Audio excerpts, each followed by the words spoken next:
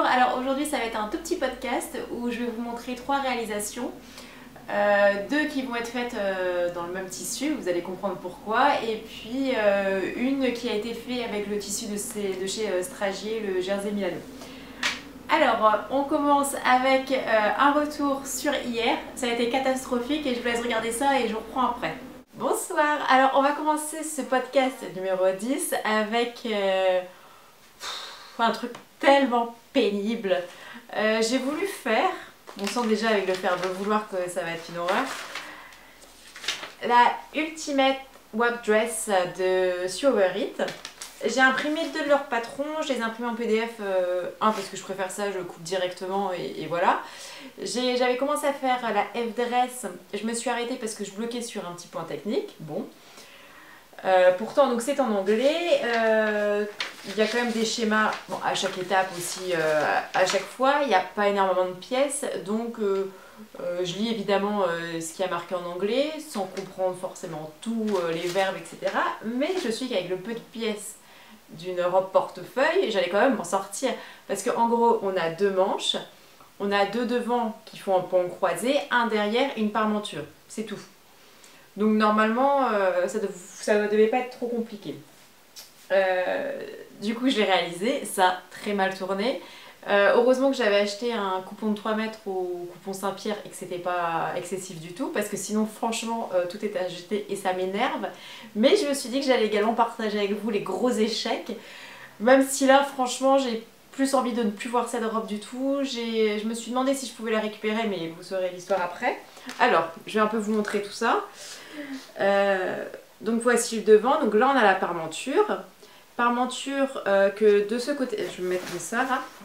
Parmenture que de ce côté-là, j'ai remis à l'aiguille double ensuite pour bien l'aplatir. Le souci, c'est qu'en fait, ça se retourne tout le temps. Vous voyez, c'est pas très gracieux.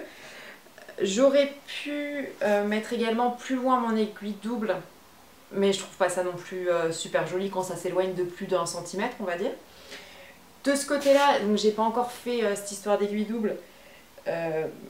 Mais du coup bon ça sent pas bon et ici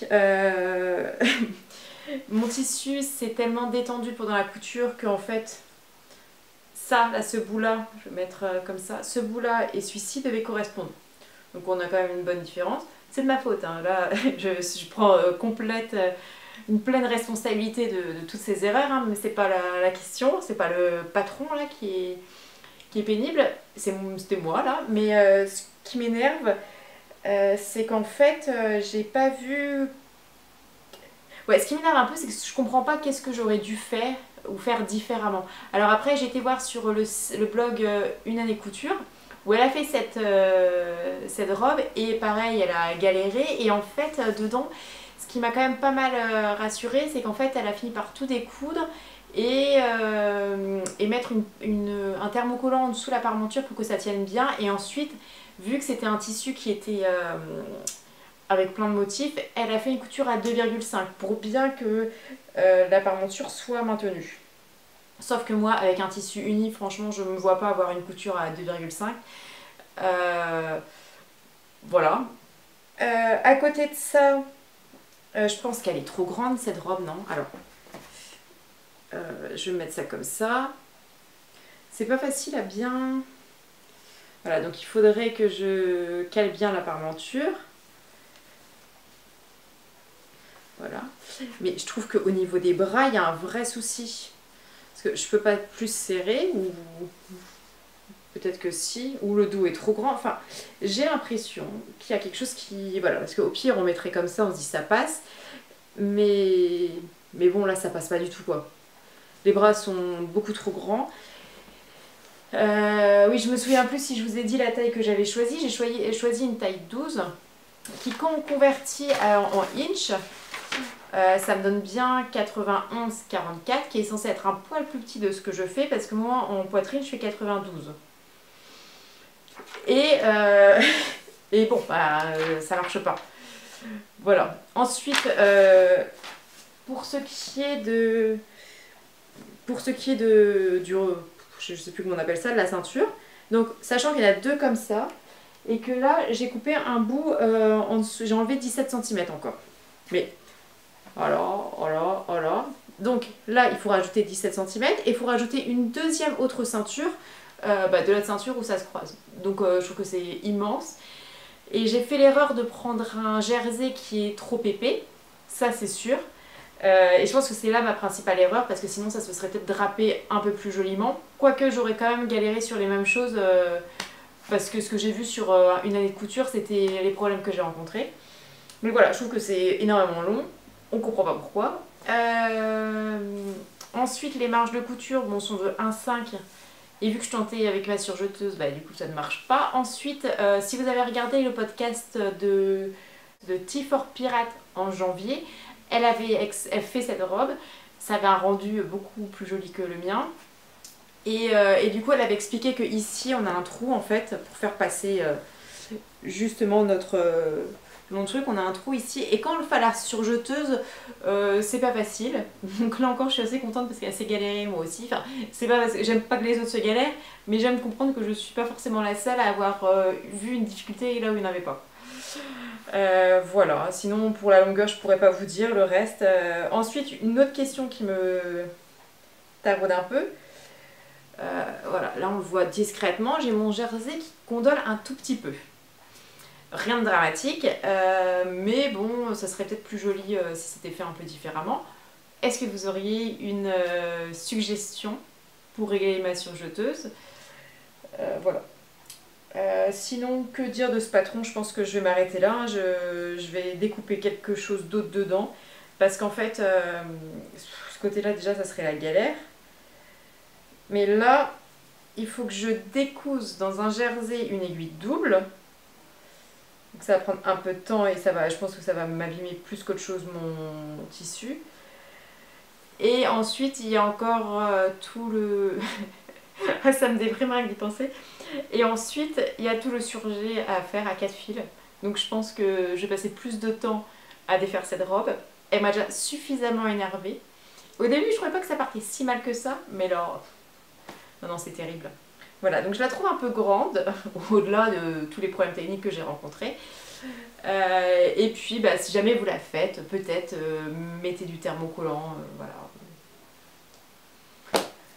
Voilà, que dire de plus? On va arrêter sur celui-là parce que sinon c'est agaçant, mais bon, que vous voyez le truc. Ah oui, aussi un autre truc, et ça, c'est quand même important à être souligné. Donc ici, je mets ma ceinture, je la passe par là.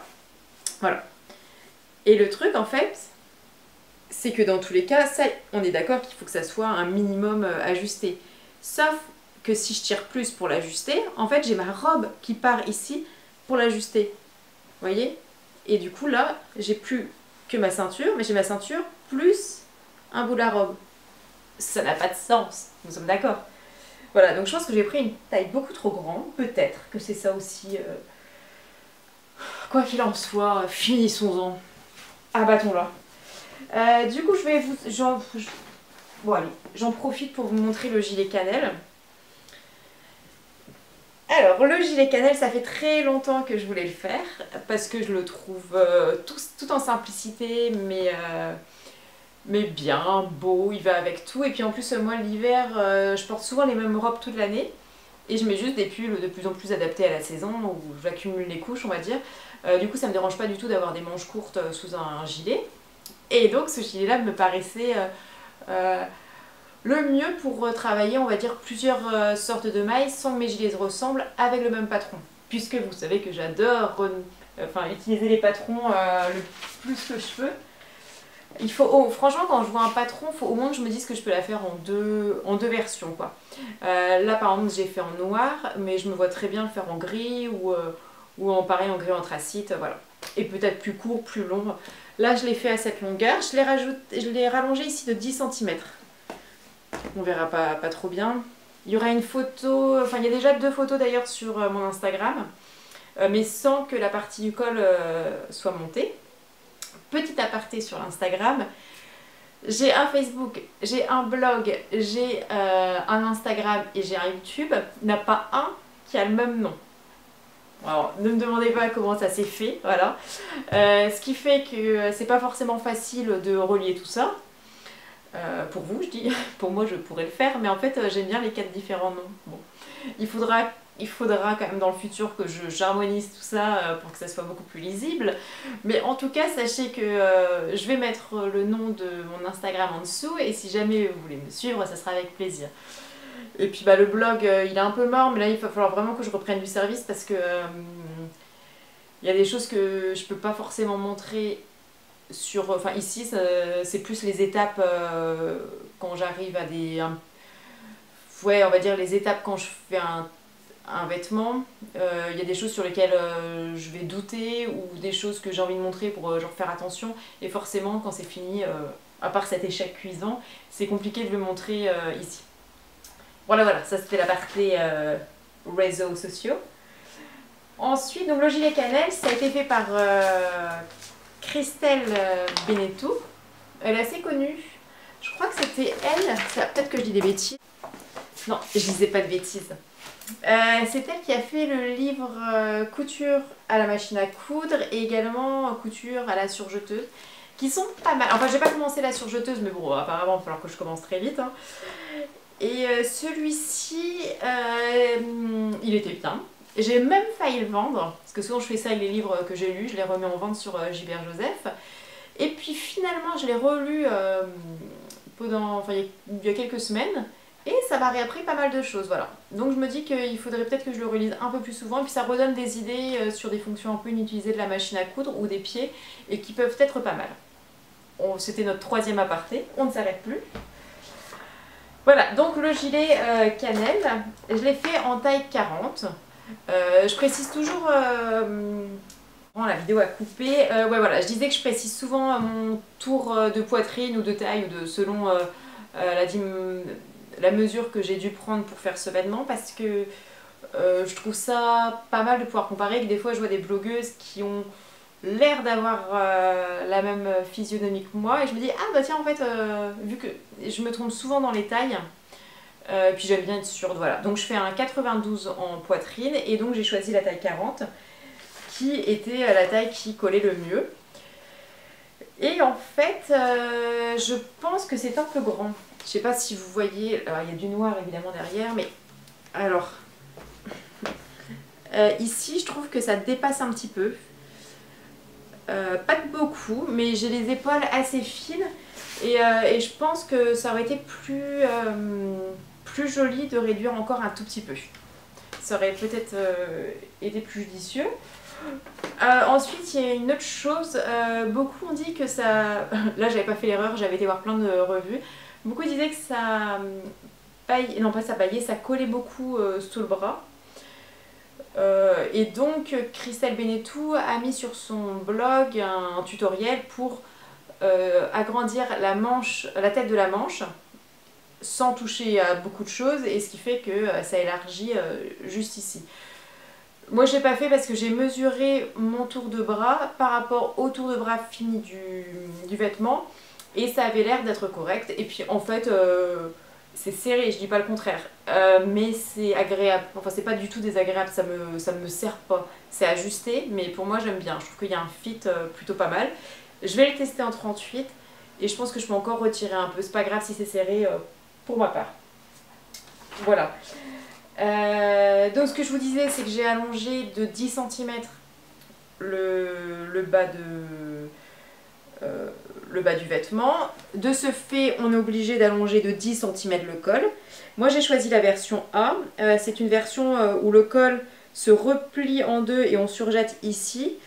Ce qui permet en fait de ne pas voir... Sur la version B, on a un rouloté ici.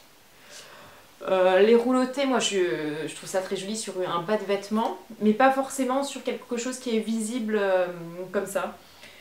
J'ai choisi, donc ça c'est un jersey Milano de chez Stragier que j'avais eu en solde et on est à 12,50 € le mètre. Voilà, là j'ai utilisé 2 mètres, donc ça me fait un haut à 25 €. Enfin un haut, une veste à 25 €. Que dire de plus? Est-ce que j'ai eu des difficultés? Non. La manche, elle se met exactement à la taille du trou. Ensuite, Pour le bas, elle propose 2 finitions pour bien finir l'ourlet. Pareil, pas eu de difficulté. Et je pense pas me tromper. si, il m'est arrivé quelque chose. Ah, je vous dis, c'était pas une journée facile. Hein. Je vais vous montrer quand même. Là, je vais le récupérer à l'aiguille, mais j'étais un petit peu dépitée quand j'ai vu ça. Ah, je vous jure. Regardons ça, il est où? C'est pas une blague, franchement. Et j'ai essayé de repasser à la surjeteuse dessus, mais je me suis dit que j'allais faire plus de carnage qu'autre chose. Donc, je vais finir ce petit travail à l'aiguille. Voilà. Et maintenant que je retourne, d'ailleurs, je pense à une autre chose. Sur les coutures d'épaule, elle préconise de mettre un élastique. Parce qu'en fait, c'est expliqué dedans. C'est que la couture s'étire, mais aussi se déforme dans le temps. Soutenez-la avec de l'élastique ou du ruban. J'aurais pu vous le dire sans le lire, mais j'avais un peu zappé ça. Voilà, et puis là j'ai pas fait la fin, mais c'est vraiment juste, l'ourlet il est déjà préformé. Je vais juste le finir à l'aiguille double.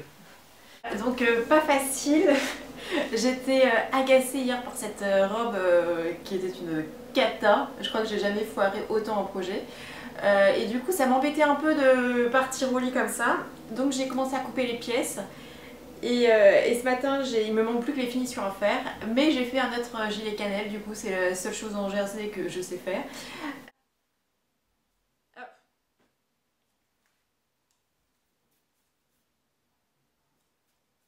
Cette fois-ci, quelle modification j'ai fait? J'ai pris une taille 38 parce que je trouvais qu'ici c'était un peu trop grand. Sauf qu'au final, quand j'ai commencé à couper le patron, je me suis rendu compte qu'au niveau de l'épaule,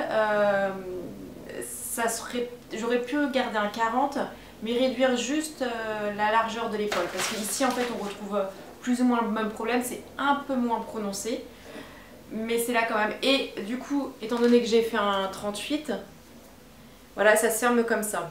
Vous voyez, on a toujours une ouverture. Alors, ça me gêne pas, mais du coup, je pense que le 40 pour moi est plus adapté. Je vais vous remontrer le noir pour que vous voyez un peu la différence. Et j'avais oublié de vous dire pour les manches, j'ai calculé en fait du haut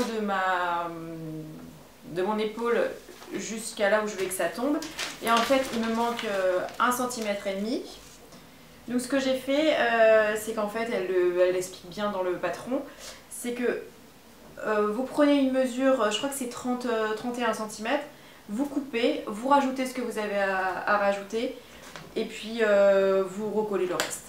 Et puis avec ça, vous pouvez également avoir la même technique pour coudre le dos. Vous pouvez également, elle explique comment échancrer, pas échancrer, si un peu, on va dire faire un peu une pince dans le dos, ce qui fait que le dos, au lieu d'être coupé en une partie, il sera coupé en deux pour pouvoir ici faire quelque chose de plus cintré.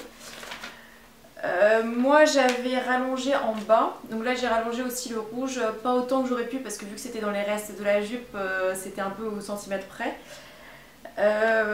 Moi je trouvais que la forme générale m'allait bien, j'avais pas envie, c'était pas une histoire de longueur de taille, c'était une longueur autre, vous voyez ce que je veux dire. Voilà, du coup ce patron il est préconisé pour les surjeteuses, il est bien. Je vais lire tout son livre là sur la surjeteuse aujourd'hui. J'ai toujours fait le col A, la première version, qui du coup est doublé. C'est mieux parce qu'on voit mieux avec le rouge. J'ai mis du gris à l'intérieur parce qu'en fait j'ai acheté ça. C'est une boîte que j'ai trouvée sur Rascol avec, c'est plus simple ici, avec du noir, gris anthracite, ça va jusqu'au blanc crème. Et ça permet d'avoir, parce que là je l'ai payé 70 € la boîte, alors évidemment c'est une somme, cela dit quand on divise par le nombre de bobines, on arrive à 2,40 € le cône de 1200 mètres, donc c'est plutôt quand même pas mal. Et puis j'allais pas acheter une couleur pour chaque, donc là ce que j'ai fait par exemple pour cette surjeteuse, c'est que je change qu'un seul fil et puis à l'intérieur, là c'est gris foncé. J'avais essayé noir mais ça faisait pas un effet top. Et du coup quand ça s'écarte, et là on voit bien le rouge. Voilà. Donc ce qui fait que c'est le double col. Comme ça, on n'a pas une ouverture ici. Là, ça se ferme. Il me manque juste l'ourlet à faire qui a été pré-plié. Vous voyez, ça a été cousu comme ça. Avec l'ourlet qui était déjà préformé. Et puis quand on retourne, du coup, ça va se mettre comme ça naturellement. Ici, je trouve que c'est encore mieux. Finalement, au niveau des manches, un 38 pour moi c'est assez. Après, ça dépend forcément de votre jersey. Ouais, je trouve que ça gondole moins aussi. Donc peut-être que c'est l'autre jersey. Vu que j'ai une Babylock, ça met la tension automatiquement. Après, évidemment, je pense que j'ai quand même à régler des choses, mais là, j'ai pas fait, puis je connais pas assez la machine. Mais je vais m'y mettre. Voilà, et je vais vous montrer pour la taille. Vous voyez, c'est plus lâche. Et ici, j'arrive facilement à fermer. Quoique, finalement, un 38, enfin, je sais pas. Je pense que je suis entre les deux tailles. Je pense que j'en suis venue à bout de ce podcast avec ce jersey. Si vous avez des questions, n'hésitez pas.